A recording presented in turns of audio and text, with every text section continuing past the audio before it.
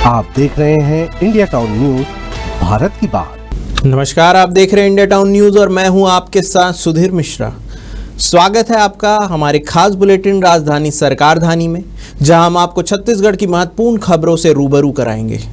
तो चलिए बुलेटिन की शुरुआत करते हैं, लेकिन उससे पहले एक नजर आज की हेडलाइंस पर। झीरम घाटी हत्याकांड के 12वीं बरसी आज कांग्रेस मना रही शहादत दिवस। कांग्रेस के शीर्ष नेता मारे गए थे।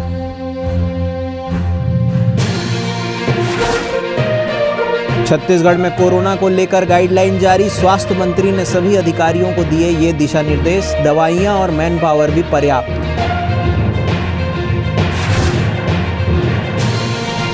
छत्तीसगढ़ में आईपीएस का नया सेटअप। नए जिलों के लिए 11 और भारतीय पुलिस सेवा अफसरों की मंजूरी। अब संख्या हुई 153। सरकारी नौकरी में ईडब्ल्यूएस के लिए आरक्षण की मांग। हाई कोर्ट ने शासन से 4 सप्ताह में मांगा जवाब। अमितेश किशोर प्रसाद की सिंगल बेंच में हुई सुनवाई। सड़क हादसे रोकने अफसरों ने ली बैठक। नियमों का उल्लंघन करने वालों की अब खैर नहीं। हेलमेट नहीं लगाने से हुई अधिकतर मौतें। अब खबरें विस्तार से। झीरम घाटी कांड हत्याकांड की आज 12वीं बरसी है। 25 मई 2013 को छत्तीसगढ़ के सुकमा जिले की झीरम घाटी में माओवादियों ने कांग्रेस की परिवर्तन यात्रा पर हमला किया था। इस नृशंस वारदात में कांग्रेस के शीर्ष नेता मारे गए थे।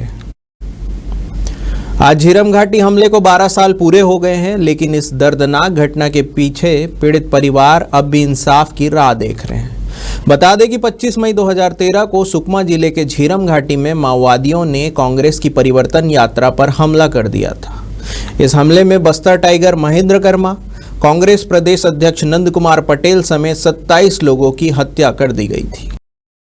स्वास्थ्य एवं परिवार कल्याण मंत्रालय विभाग छत्तीसगढ़ द्वारा सभी जिलों में इन्फ्लुएंजा के लक्षण वाले मरीजों को सर्वेलांस को सुदृढ़ करने के लिए सभी जिलों के जिला सर्वेलांस अधिकारी का वीडियो कॉन्फ्रेंसिंग के माध्यम से समीक्षा की गई। स्वास्थ्य विभाग के सचिव अमित कटारिया के निर्देशानुसार और आयुक्त स्वास्थ्य सेवाएं डॉक्टर प्रियंका शुक्ला के मार्गदर्शन में सभी अधिकारियों को निर्देशित किया गया है कि अस्पतालों में आने वाले ऐसे मरीज जिन्हें सर्दी, खांसी, बुखार और गले में खराश हो, उनकी समुचित देखभाल किया जाए। आपको बता दें कि एकीकृत रोग निगरानी के दिशा निर्देश अनुसार SARI यानी सीवियर एक्यूट रेस्पिरेटरी इन्फेक्शन मरीजों को चिकित्सक की सलाह पर भर्ती किया जाए। जिलों में सामान्य इन्फ्लुएंजा वाले लक्षणों के मरीजों के इलाज के लिए जरूरी दवाइयों की उपलब्धता सुनिश्चित हो। इस दौरान जिला रायपुर में एक व्यक्ति को कोविड टेस्ट पॉजिटिव होने की पुष्टि की गई है। यह मरीज नियमित स्वास्थ्य निगरानी की प्रक्रिया में है। स्वास्थ्य मंत्री श्याम बिहारी जायसवाल ने विभाग के सभी अधिकारियों को इन्फ्लुएंजा जैसे लक्षणों की सतत निगरानी करने के दिशा निर्देश दिए हैं। स्वास्थ्य मंत्री ने कहा है कि राज्य में ऐसे वायरस जनित रोगों के लिए सुविधाएं उपलब्ध है। उन्होंने कहा है कि राज्य के स्वास्थ्य विभाग की सभी तैयारियां पूरी हो चुकी है। कोविड केसेस के आने के बाद बेड की भी आरक्षित है। इसके लिए दवाइयां और मैन पावर भी पर्याप्त मात्रा में उपलब्ध है। छत्तीसगढ़ में आईपीएस अधिकारियों के पदों की संख्या बढ़ा दी गई है। केंद्र सरकार ने राज्य के आईपीएस कैडर का पुनरीक्षण कर 11 नए पदों की मंजूरी दी है। इससे अब छत्तीसगढ़ में कुल आईपीएस अधिकारियों के पद 153 हो गए हैं, जो पहले 2017 में स्वीकृत 142 पदों से अधिक है। बनाए गए नए जिलों के लिए मंजूरी दी गई है। इन जिलों में गौरेला पेंड्रा मरवाही, मोहला मानपुर, सक्ती, सारंगगढ़, भिलाईगढ़, महेंद्रगढ़, चिरमिरी, भरतपुर, खैरागढ़, छुईखदान और गंडई शामिल है। हाईकोर्ट में याचिका दायर कर शासकीय सेवा में ईडब्ल्यूएस श्रेणी के लिए आरक्षण लागू करने की मांग की गई है। मामले की सुनवाई करते हुए कोर्ट ने शासन को 4 सप्ताह में जवाब मांगा है। वहीं याचिकाकर्ता को 2 सप्ताह के भीतर प्रत्युत्तर दाखिल करने कहा है। मामले की सुनवाई जस्टिस अमितेश किशोर प्रसाद की सिंगल बेंच में हुई। बता दें कि 12 जनवरी 2019 भारत के संविधान के अनुच्छेद 15 और 16वें में संशोधन किया गया, जिससे राज्य को ईडब्ल्यूएस श्रेणी को 10% आरक्षण देने की शक्ति प्रदान की गई। 19 जनवरी 2019 को भारत संघ ने ईडब्ल्यूएस श्रेणी के 10% आरक्षण दिया गया। इसके बाद इसे 4 सितंबर 2019 को छत्तीसगढ़ राज्य द्वारा जारी अध्यादेश और लोक सेवा संशोधन अध्यादेश की धारा 4 के अनुसार आर्थिक रूप से कमजोर वर्ग को 10% आरक्षण का प्रस्ताव किया गया।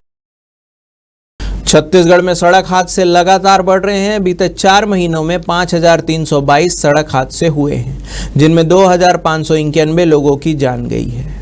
इन घटनाओं में अधिकतर मौतें हेलमेट नहीं लगाने से हुई। सड़क हादसे पर लगाम लगाने अपर मुख्य सचिव मनोज पिंगुआ की अध्यक्षता में मंत्रालय महानदी भवन में छत्तीसगढ़ सड़क सुरक्षा परिदृश्य की समीक्षा बैठक आयोजित की गई, जिसमें कई दिशा निर्देश दिए गए। बैठक में एसीएस पिंगुआ ने कहा कि सड़क सुरक्षा उपायों का सबकी सहभागिता से बेहतर क्रियान्वयन हो, साथ ही सड़क दुर्घटनाओं की रोकथाम और यातायात को बेहतर बनाने के लिए समन्वित प्रयास किया जाए। बैठक में एसीएस ने सभी संबंधित विभागों को परस्पर समन्वय के साथ कार्य करने के दिशा निर्देश दिए।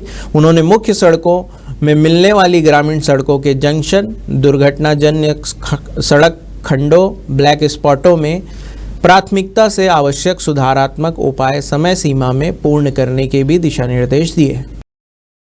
वक्त हो चुका है एक ब्रेक का। बने रहिए इंडिया टाउन न्यूज के साथ।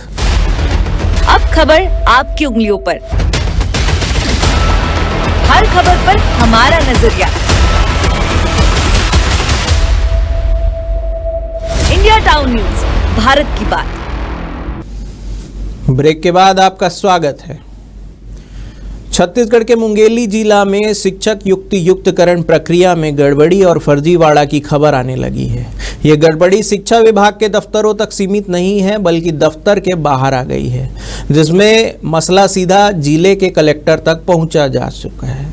यही वजह है कि कड़े तेवर में कलेक्टर कुंदन कुमार ने शिक्षा विभाग के अफसर डीईओ, डीएमसी और बीईओ, बीआरसी को चेतावनी दी है। उन्होंने स्पष्ट कहा है कि शिक्षक युक्तियुक्तकरण में जो गड़बड़ी और फर्जीवाड़ा चल रहा है, उसकी जानकारी और ब्रीफिंग मुझे मिल गई है। अगर इनमें कोई गड़बड़ी पाई गई तो विभागीय कार्रवाई बाद में होगी, कानूनी कार्रवाई पहले होगी। कलेक्टर ने इस मामले में जिला शिक्षा अधिकारी और डीएमसी का कार्य संभाल रहे अजय नाथ को सीधे तौर पर जिम्मेदार ठहराते हुए कहा कि दोनों की लापरवाही साफ साफ दिखाई दे रही है। मैं एक बार ही वार्निंग देता हूं, बीईओ और बीआरसी भी सावधान हो जाएं। दरअसल कलेक्टर का संकेत है कि शिक्षक युक्तियुक्तकरण की प्रक्रिया में पारदर्शिता सबसे जरूरी है। गड़बड़ी बर्दाश्त नहीं होगी, ऐसी स्थिति आने पर कार्रवाई तय है। छत्तीसगढ़ में लंबे समय से चल रही पूर्णकालिक पुलिस प्रमुख की नियुक्ति की प्रक्रिया अब अंतिम दौर में पहुंच गई है। संघ लोक सेवा आयोग यूपीएससी ने राज्य सरकार को नए डीजीपी के 2 नामों का पैनल भेज दिया है। अब फैसला मुख्यमंत्री के हाथों में है। माना जा रहा है कि अगले कुछ दिनों में छत्तीसगढ़ को स्थायी पुलिस महानिदेशक मिल जाएगा। यूपीएससी ने जिन 2 वरिष्ठ आईपीएस अधिकारियों के नाम राज्य सरकार को भेजे हैं, उनमें अरुण देव गौतम और हिमांशु गुप्ता शामिल हैं, जबकि पहले चर्चा में रहे पवन देव और जीपी सिंह का नाम अंतिम सूची से हटा दिया गया है। हालांकि जीपी सिंह का मामला सुप्रीम कोर्ट में निपट चुका था और पवन देव की वरिष्ठता सबसे ऊपर मानी जा रही थी। फिर भी इन दोनों नामों को पैनल से बाहर कर देना कई लोगों के लिए चौंकाने वाला है। इस चयन की प्रक्रिया की पूरी जानकारी दिल्ली में हुई डीपीसी यानी डिपार्टमेंटल प्रमोशन कमेटी मीटिंग में शामिल मुख्य सचिव अमिताभ जैन के पास ही मानी जा रही है। छत्तीसगढ़ में स्वास्थ्य और उद्योग के क्षेत्र में बड़े निवेश की दिशा में अहम कदम बढ़ाते हुए नई दिल्ली स्थित छत्तीसगढ़ सदन में मुख्यमंत्री विष्णुदेव साय ने 2 प्रमुख उद्योग समूहों से मुलाकात की। मेदांता हॉस्पिटल के संस्थापक और प्रख्यात हृदय रोग विशेषज्ञ डॉक्टर नरेश त्रेहन ने रायपुर में एक अत्याधुनिक मल्टी स्पेशलिटी अस्पताल स्थापित करने का प्रस्ताव दिया। उन्होंने बताया कि वे इस परियोजना में लगभग 500 करोड़ रुपए का निवेश करना चाहते हैं। यह अस्पताल उन्नत चिकित्सा तकनीक, विशेषज्ञ डॉक्टरों, रिसर्च और प्रशिक्षण सुविधाओं से लैस होगा। वरुण बेवरेज लिमिटेड के चेयरमैन रवि जयपुरिया ने भी रायपुर के कार्बोनेटेड सॉफ्ट ड्रिंक और फ्रूट जूस आधारित संयंत्र लगाने का प्रस्ताव दिया, जिसमें 250 करोड़ रुपए से अधिक का निवेश किया जाएगा। यह परियोजना राज्य में औद्योगिक विकास और साथ साथ रोजगार सृजन की गति देगी। मुख्यमंत्री विष्णुदेव साय ने दोनों प्रस्तावों का स्वागत करते हुए कहा कि छत्तीसगढ़ सरकार स्वास्थ्य और उद्योग जैसे क्षेत्रों में ऐसे गुणवत्तापूर्ण निवेश के लिए हर संभव सहयोग प्रदान करेगी। उन्होंने कहा है कि ये दोनों परियोजनाओं पर राज्य सरकार विचार करे, इसे हर संभव मदद करेगी। इस प्रकार की परियोजनाओं से जनता को लाभ और युवाओं को रोजगार के नए अवसर भी सुलभ होंगे। नीति आयोग की गवर्निंग काउंसिल की बैठक के दौरान एक आत्मीय क्षण सामने आया, जिसमें सबका ध्यान खींचा। लंच ब्रेक के समय प्रधानमंत्री नरेंद्र मोदी ने छत्तीसगढ़ के मुख्यमंत्री विष्णुदेव साय का हाथ थामते हुए मुस्कुराकर कहा कि छत्तीसगढ़ की बात अभी बाकी है। इस एक वाक्य में प्रधानमंत्री का स्नेह, विश्वास और राज्य के प्रति विशेष रुचि झलक रही थी। उस क्षण आसपास उपस्थित आंध्र प्रदेश के मुख्यमंत्री एन चंद्रबाबू नायडू और तमिलनाडु के मुख्यमंत्री M.K. स्टालिन भी मुस्कुराते हुए इस संवाद के साक्षी बने। प्रधानमंत्री नरेंद्र मोदी ने छत्तीसगढ़ के आदिवासी अंचलों में हो रहे सकारात्मक बदलाव, औद्योगिक निवेश और आत्मनिर्भर बस्तर की दिशा में राज्य सरकार द्वारा उठाए गए ठोस कदमों की सराहना की। मुख्यमंत्री विष्णुदेव साय ने बताया कि कैसे बस्तर अब संघर्ष नहीं, संभावना का प्रतीक बन रहा है। जहां कभी बंदूकें चलती थी, वहां मशीनें, लैपटॉप और स्टार्टअप की चर्चा हो रही है। नवा रायपुर में देश की पहली सेमीकंडक्टर यूनिट और AI डेटा सेंटर की स्थापना से लेकर लिथियम ब्लॉक की नीलामी तक छत्तीसगढ़ अब संसाधनों से परिपूर्ण राज्य बनने की ओर अग्रसर है और देश के विकास में छत्तीसगढ़ की बेहद महत्वपूर्ण भूमिका है। हाईकोर्ट ने रायपुर स्थित पंडित रविशंकर शुक्ल यूनिवर्सिटी के प्रभारी कुल सचिव की नियुक्ति अवैध ठहरा दिया है। मामले की सुनवाई के बाद कोर्ट ने फैसला सुनाया, जिसमें लिखा गया है कि शैलेंद्र पटेल प्रभारी कुल सचिव पद के लिए निर्धारित योग्यता को पूर्ण नहीं करते हैं और इस पद पर उनकी नियुक्ति अवैध है। इस फैसले के बाद ही हाईकोर्ट ने याचिकाकर्ता प्रभारी कुल सचिव शैलेंद्र पटेल की याचिका को खारिज कर दिया।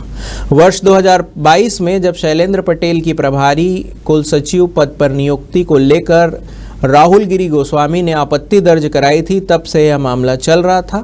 शिकायतकर्ता ने पटेल की योग्यता और नियुक्ति प्रक्रिया की वैधता पर सवाल उठाए थे। शिकायत के आधार पर एक FIR दर्ज की गई थी, जिसका उल्लेख हाई कोर्ट के आदेश में किया गया है। हमारे खास बुलेटिन राजधानी सरकार धानी में फिलहाल इतना ही। तमाम खबरों के लिए बने रहिए इंडिया टाउन न्यूज के साथ। नमस्कार। आप देख रहे हैं इंडिया टाउन न्यूज, भारत की बात।